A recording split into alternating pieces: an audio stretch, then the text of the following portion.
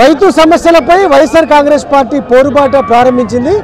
ఈ కార్యక్రమానికి పెద్ద ఎత్తున రైతులు అన్నదాతలు మద్దతు తెలిపిన పరిస్థితి కనిపిస్తోంది। అనంతపురంలో వేలాదిగా తరలి వచ్చిన పరిస్థితి కనిపిస్తోంది। రైతు సమస్యలను వెంటనే పరిష్కరించాలని నినాదాలు చేస్తున్న పరిస్థితి కనిపిస్తోంది। మన ముందు ఎమ్మెల్సీ శివరామరెడ్డి గారు, అదేవిధంగా రాయదుర్గం సమన్వయకర్త మాజీ శాసనసభ్యులు మెట్టు గోవిందరెడ్డి గారు, ప్రధానంగా ఎమ్మెల్సీ గారు చూస్తున్నారు కదా, రైతు సమస్యలపై ఈ రోజు నుంచి ఉద్యమ బాటను వైఎస్ఆర్ కాంగ్రెస్ పార్టీ ప్రారంభించింది కదా, ఎట్లాంటి సమస్యలను ఈ వేదిక నుంచి ప్రభుత్వానికి విన్నవిస్తున్నారు?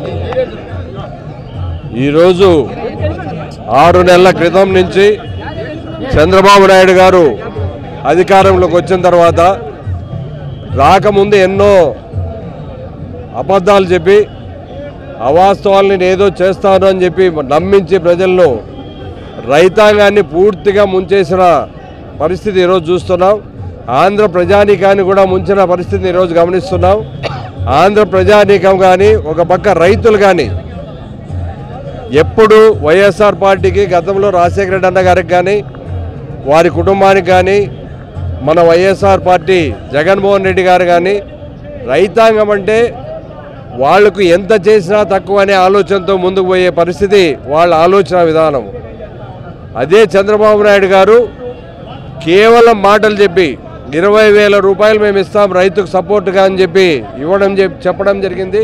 కనీసం 2 రూపాయలు కూడా అయిపోతున్న వరకు ఇచ్చిన పరిస్థితి లేదు ఇప్పటి వరకు। అలాగే గతంలో ఏ దానికైనా మద్దతు ధరగా ఎక్కడైనా మనకు మార్కెట్ తగ్గితే 3,000 కోట్ల రూపాయల నిధులు పెట్టిన ఘనత జగన్మోహన్ రెడ్డి గారిదైతే, ఈరోజు కనీసం వడ్లు ఉదాహరణకు తీసుకుంటే గతంలో మనం తేమ ఉన్నా కలర్ తగ్గినా కూడా జగన్మోహన్ రెడ్డి గారు మంచి రేట్ ఇచ్చి రైతాంగానికి భయపడకుండా మేము ఉన్నామని భరోసా కల్పిస్తూ మార్కెట్లో గవర్నమెంటే డైరెక్ట్గా కొని మేమున్నామని మద్దతు తెలిపి రైతాంగానికి వెన్ను తట్టిన పరిస్థితి జగన్మోహన్ రెడ్డి గారిది। ఈరోజు గతంలో 2,800, 850, 3,000 వరకు వడ్లు అమ్మితే ఈరోజు 2,000 కొనేవాడు కూడా లేడు। రైతాంగం వెంబడబడి ఎప్పుడు కొంటారంటే ఈరోజు కొంటాం రేపు కొంటాం, ఈరోజు కొంటాం రేపు కొంటాం అని చెప్తున్నారే తప్ప ఇప్పటి వరకు అలాంటి పరిస్థితి లేదు।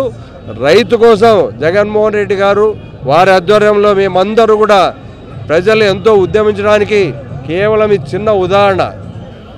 భవిష్యత్తులో ఈ రైతాంగము చంద్రబాబు నాయుడు గారికి ఎలా గుణపాఠం చెప్పాలా, రైతు కూలీలు కాదు, రైతాంగం కాదు, మామూలు సాధారణమైన వాళ్ళు కూడా ఎప్పుడెప్పుడా జమిలీ ఎలక్షన్లు వస్తాయని వెయిట్ చేస్తున్న విషయాన్ని కూడా ఇక్కడ గమనించాల్సిన అవసరం ఉంది। చంద్రబాబు నాయుడు గారికి బుద్ధి చెప్పే రోజులు త్వరలోనే రాబోతున్నాయి। ప్రధానంగా ఇచ్చిన హామీలు అమలు చేయని పరిస్థితి కనిపిస్తుంది। పంటల బీమా గతంలో ఫ్రీగా ఉండేది, కానీ ఇప్పుడు ప్రీమియం పే చేయమంటున్నారు। పెట్టుబడి సహాయ నిధి ఏదైతే రైతు భరోసా కింద 13,500 ఇస్తా ఉంటారు, కానీ 20,000 ఇస్తామని చంద్రబాబు నాయుడు చెప్పారు, ఇవ్వలేదు। ఆయన ఏదైతే రైతు భరోసా కింద అన్నదాత సుఖీభావ కింద 20,000 ఇస్తాం, 20,000 ఇవ్వలేదు।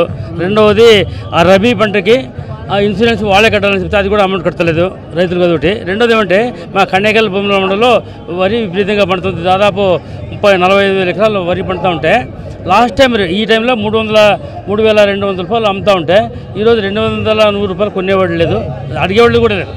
మేము లాస్ట్ టైం కూడా విజిట్ చేసినప్పుడు కిలోమీటర్లు ఇప్పుడు అంటే 3-4 కిలోమీటర్లు కట్టపైన రాసులుగా వేసినా కానీ ఒక్కడు కొనేవాడలేదు। బయట వెళ్ళాలంటే భయం, దళారులు డబ్బులు ముంచేస్తాను కాబట్టి రైతుల్ని ఖచ్చితంగా ఆదుకోవాలి। చూస్తా ఉన్నాం ఇప్పుడు ఈరోజు జనాలు చూస్తుంటే జన సముద్రం, మేము కూడా ఇంతమంది వస్తారో అనుకోలేదు కదా, పిలిచిన దశ రైతులందరూ కూడా బయట వచ్చారంటే ఖచ్చితంగా అంటే రాబోయే కాలంలో ఎటువంటి అనుమానం లేదు। ఏదైతే సూపర్ 6 అనే హామీలు ఇచ్చి 6 హామీలు ఇచ్చి ఒక్కరు కూడా అమలు చేయకుండా వాళ్ళ పరిస్థితి ఏమో వాళ్ళు ఏం చెప్తా ఉన్నారంటే జగన్మోహన్ రెడ్డి ఇన్ని పథకాలు ఇచ్చినారు కదా, వాళ్ళు గెలిపించినారా, మీ ముందుకు వెళ్ళాలి అనే స్టేజ్లో ఉన్నారు కాబట్టి ఖచ్చితంగా ఇది ఈరోజు ప్రోగ్రామ్ జస్ట్ ఇంత మొత్తం మీదైతే ఉద్యమాలను మరింత ఉధృతంగా ముందుకు తీసుకెళ్తామని చాలా స్పష్టంగా వైఎస్ఆర్ కాంగ్రెస్ పార్టీ నేతలు పేర్కొంటున్న పరిస్థితి కనిపిస్తోంది।